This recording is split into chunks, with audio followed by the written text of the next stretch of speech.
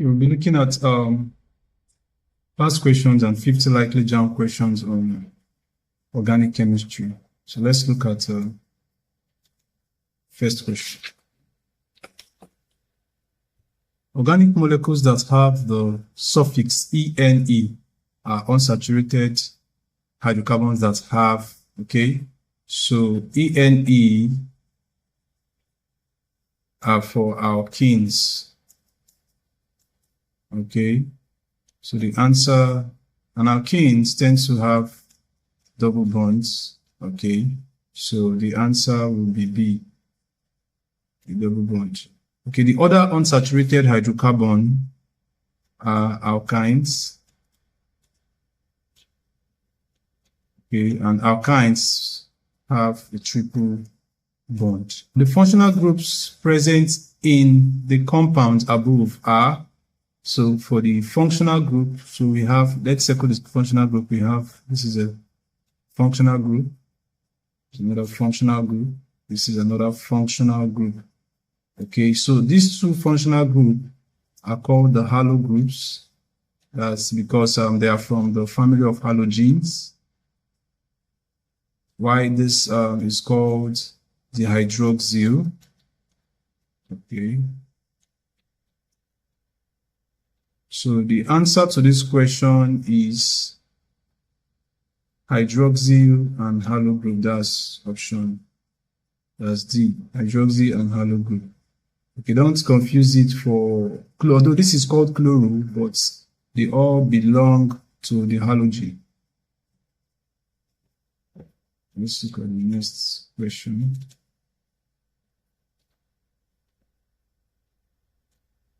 All right, the IUPAC nomenclature of the compound above is, okay, before we name this compound, the first thing we have to do is I'm going to withdraw the compound. So this is, so to withdraw the compound, we have CH3. Then we have, for this, okay, I'm going to spread it out. It's going to be CH2. Okay, you can see we have in brackets 3. So that means this CH2, we have 3 of it. So that's for that. So the next one is this. So we have CH. Okay, then we have C2H5. Then for this, okay, I'm going to do like this. This is C3H7. Okay, when naming, before you name the organic compound, the first thing you have to do is you have to find the longest chain. You have to find the longest chain. So the longest chain is going to be your root chain. So now how do we get the longest chain? So let's count. This is 1, this is 2, this is 3, this is 4, this is 5, this is 6. We have 2 carbons here, so it will be 6 and 7. So from here to here, we have just 7 carbons. Well, if you count from here down to this place, okay, so let's count. We have 1, we have 2, we have 3, we have 4, we have 5, and then plus this 3, we have 8. So let me just let me draw this. So this will be CH2, CH2, and CH3. So we have 5, 6, 7, and 8. So since we have 8 carbons, okay, here, so that means this will be our longest chain, okay, from here to here. So that means this group here becomes a substituent. So now let's name, okay. So to name this compound, okay, our numbering, our correct numbering is going to be okay, from here, I'm going to number from here, 1, 2, 3, 4, 5, 6, 7, and 8. Okay, the reason why we are numbering from here, okay, from this place to this from the right to the left is because we want the substituents to have the substituents here to have a low number as possible. So because if we number from left to right, okay, this substituent is going to be on the 5th carbon, which is this. But if we number from right to left, the substituent is going to be on the 4th carbon. So you want the substituent to have the lowest number as possible. So the first thing you have to do, so let's write out the substituents. So we have 4, we have ethyl, the substituent is ethyl, and then you now name the root, the main chain, okay, which has 8 carbons, so which becomes 4-ethyl octane. So the answer to that question will be A, 4-ethyl. So to name this hydrocarbon, okay, so let's redraw the structure. We have CH3. Okay, so we have CH, and then we have CH3, the substituent there.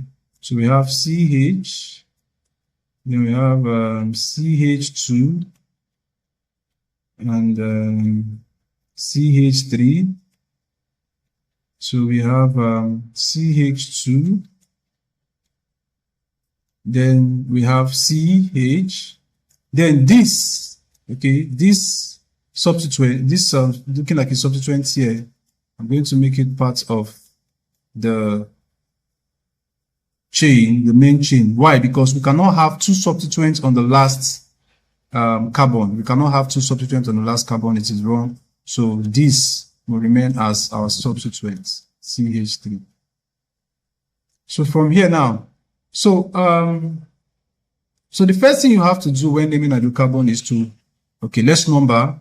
That's the first thing. Let's number. We'll number from left to right. 1, 2, 3, 4, 5, and 6. So we have, in the main chain, we have 6 carbons. So now let's look at the substituents. So for the substituents, we have this methyl, we have ethyl on the 3rd carbon, we have another methyl on the 2nd carbon. So we have 3 substituents, but the substituent needs to be written alphabetically. So this is methyl, and then we have ethyl. So E comes before M. So we have 3 ethyl, then we have 2,5-methyl, okay, and so that's all for the substituent. So we name the main chain, which is called hexane, since it has 6 carbon. So we have 3-ethyl, 2,5-dimethyl. Sorry, there's supposed to be a di here because we have 2 methyl groups, so we put di. So our answer is option A. So that is our answer. So that's for that. So let's go to the next question. From here, let's redraw the structure again for clarity purpose. So we have CH2, okay, we have double bond, we have C. Like I told you, this is looking like a substituent, this is looking like a substituent. We can't have 2 substituents on the last carbon. So take note of that. Can't have 2 substituents for the last carbon. So we have CH3, and then this is going to be part of the main chain. So, all right, so let's circle out our substituents. We have this. This is a substituent, okay. And then, so let's number now. So we have, we'll number from the left to right. Okay, 1, 2, 3. We are numbering from the left to right because we want to give priority to the functional group, which is the double bond. So we have 2-methyl, 1 substituent. We have another substituent here, which is on the 3rd carbon. So we have 3-chloro. So we have 3-chloro, 2-methyl, then we have prop 1-ene. 1-ene because the double bond is on the 1st carbon, okay? Yeah, it's between the 1st and the 2nd carbon, but we'll give the double bonds to the carbon that has the lowest number. Take note of that. So this is 3-chloro, okay, 2-methyl propene. So you can see chloro came before methyl because you have to name your substituents alphabetically. So take note of that. So let's go to the next question. Now, which of the following is used to hasten the ripening of fruits? So we have the answer to this question is ethene. Ethene is used to hasten it's actually hasten the ripening of fruits. In fact, most plants tend to have this as part of their hormones, okay, which boosts the ripening of fruit. So let's go to the next question.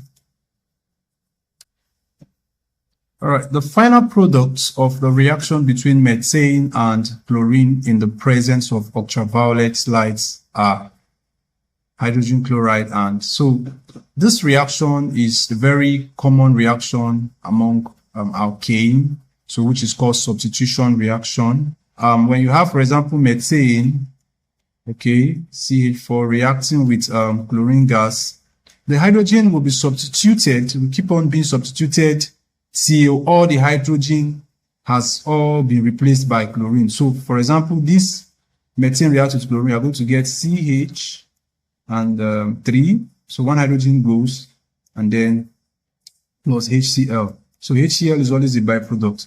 So the products, the chloromethane would continue the second phase of the reaction. Okay, reaction under chlorine gas, and then it will give us dichloromethane, which is CH2 and Cl2. So 2 hydrogen has been replaced by 2 chlorine. So the dichloromethane would continue the reaction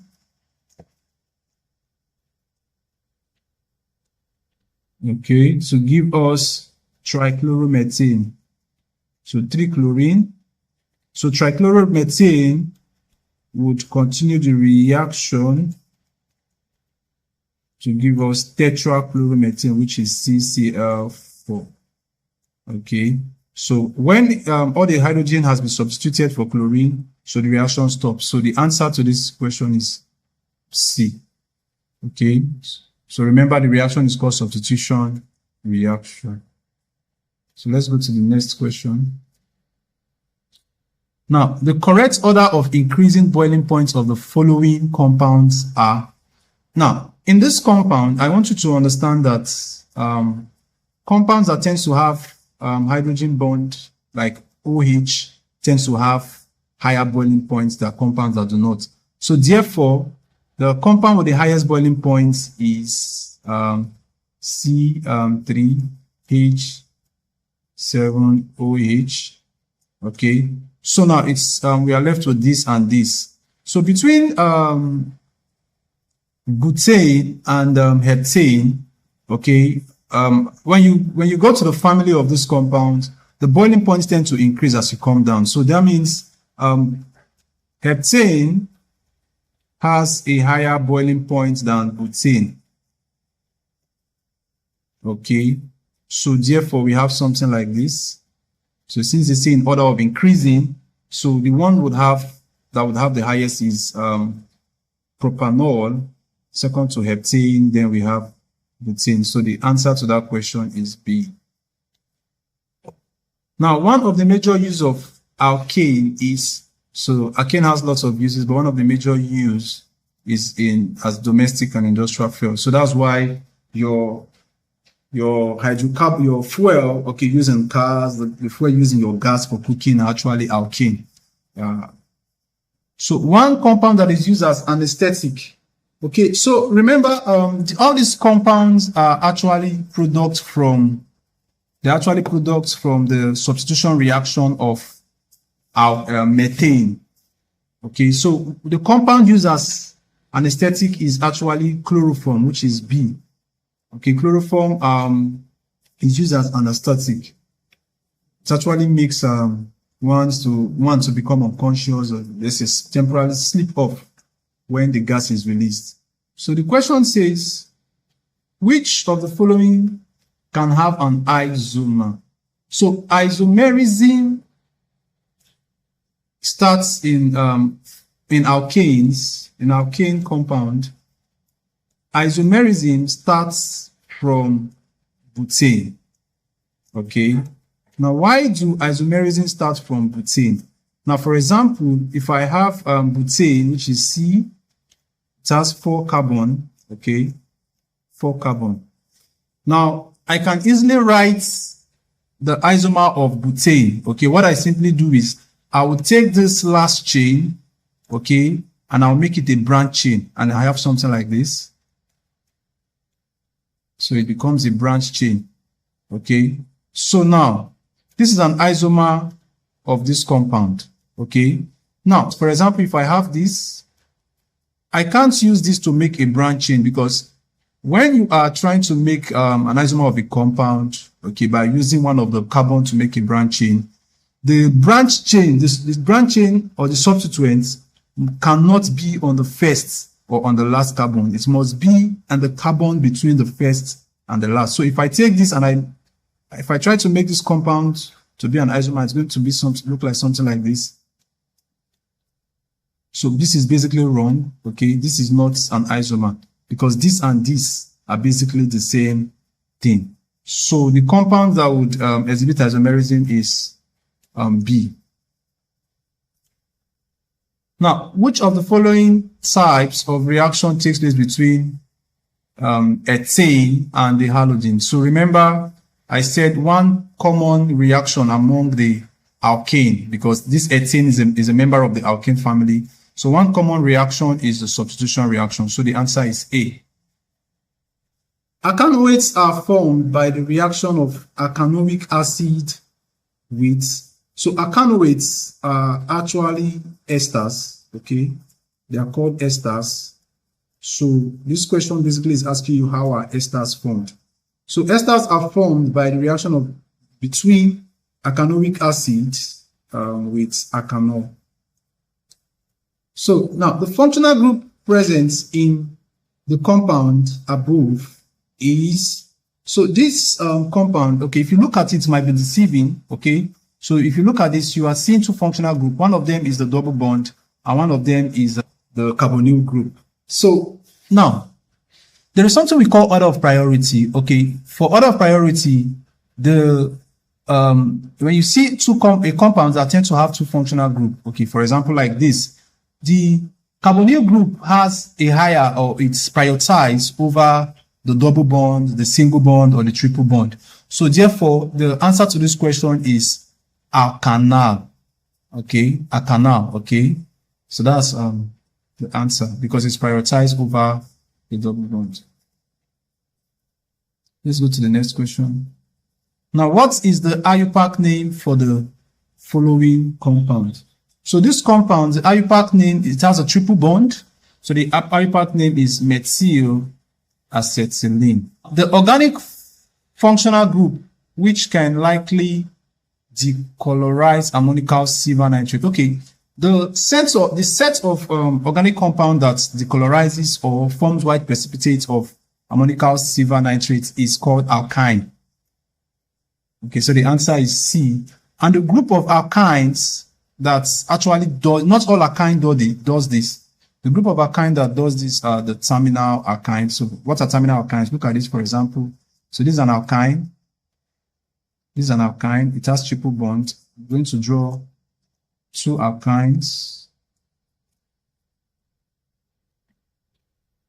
Okay, so now terminal alkynes are the alkynes that have their triple bond at the first carbon. So this is a terminal alkyne, why this is not.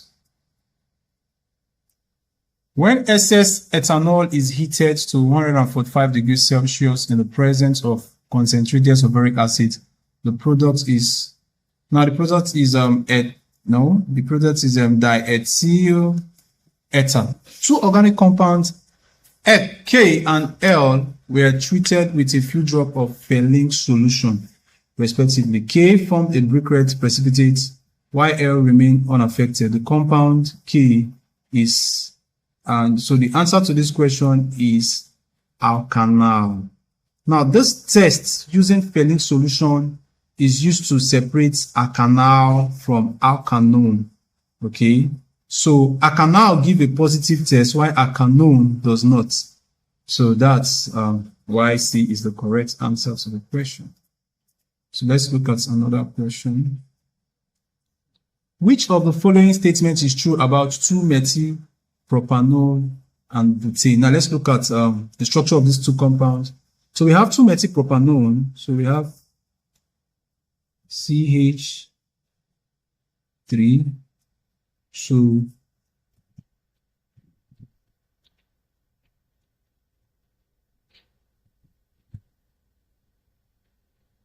So this is 2-methylpropane rather, and then we have butane. This is butane, CH3,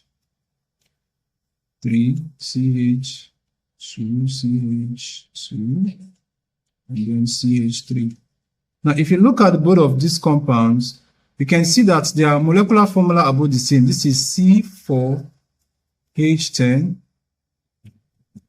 okay, and then this is C4H10. So let's look at the answers, the options rather. They are not members of the same homologous series. This is wrong. They are both alkanes, so they belong to the same homologous series. They have the same boiling point. No. Branch chain have a lower boiling point than unbranched chain. So this is wrong. B is wrong. So C, they have different number of carbon atoms. No, the carbon atoms are the same. This is wrong. They have same chemical properties. Now, this is correct. Correct because compounds that belong to the same homologous series tend to have the same chemical properties. So let's look at another question.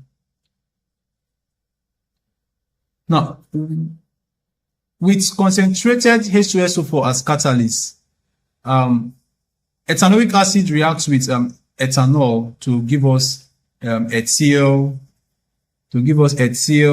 ethanoate plus water.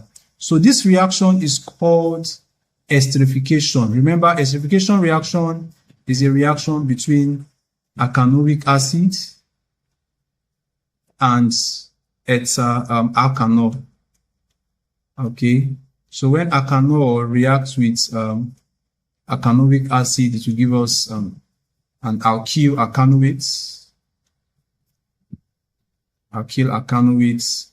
which is called an ester. So that's for that. Let's go to the next question. Now, which of the following is acceptable as the organic product of the reaction between ethanoic acid and ethanol? So just like the previous question we just saw, the answer is ethyl ethanoate. So that's A, ethyl ethanoate. Okay, so that's also a esterification reaction. So let's look at the next question. So methane is a member of the homologous series called, the answer to this question is alkane. So methane belongs to the homologous series called alkanes, and the general formula is CnH2n plus 2. Okay, so if you want to write the formula of methane, so methane has 1 carbon, so it becomes C1 H2, your N is 1 plus 2. So this becomes C H, 2 times 1 is 2 plus 2, that's 4. So this is methane. So let's go to the next question. The compound above exhibits, okay. So for this question, the answer is B. Okay, optical isomerism.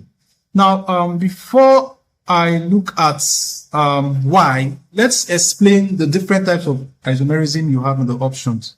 So we have geometric isomerism. Now take note, geometric isomerism usually occurs in compounds that have double bond. For example, you have this, you have Cl, and then we have Cl, okay?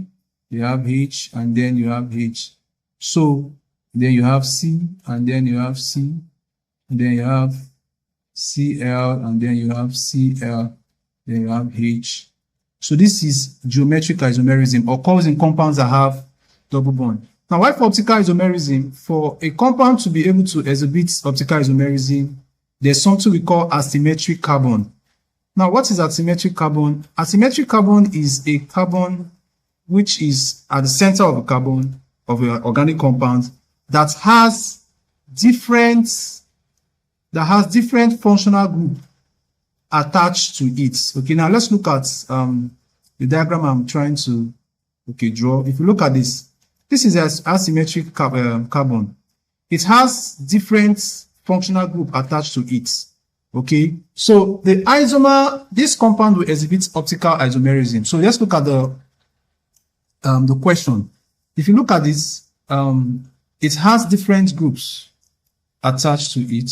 There are different groups attached to it. Okay, we have hydrogen, we have the carboxyl functional group, we have hydroxyl, we have the alkyl functional group. So these four attached to the center carbon, which is the asymmetric carbon, are different. So we call this carbon asymmetric carbon. Now, why for structural isomerism, it occurs majorly in compounds that are alkanes. Okay, alkanes, for example, let's take a look at this. You have C. You have this. Okay, you have this. You have this is butane. Okay, so if I want to make a structural isomer of this compound, what I'll just simply do is I will take one of these carbon and make it a branch chain. So I'm going to have something like this. So these are structural isomerism. While lastly, the last one, which is positional isomers. Positional isomers are, it occurs, yeah, it is quite versatile. For example, let's say you have this. Okay, this is the first carbon, second carbon, and third carbon. So let's say I have a chloro group attached to the second carbon. To make an isomer of this, what I'll just do is I will change the position of the chloro group. I can take it to the first carbon. Okay, I can take it to the third carbon. Okay, so that's positional isomerism. So that's the difference between the four isomers and the options. Let's look at this. So the answer here is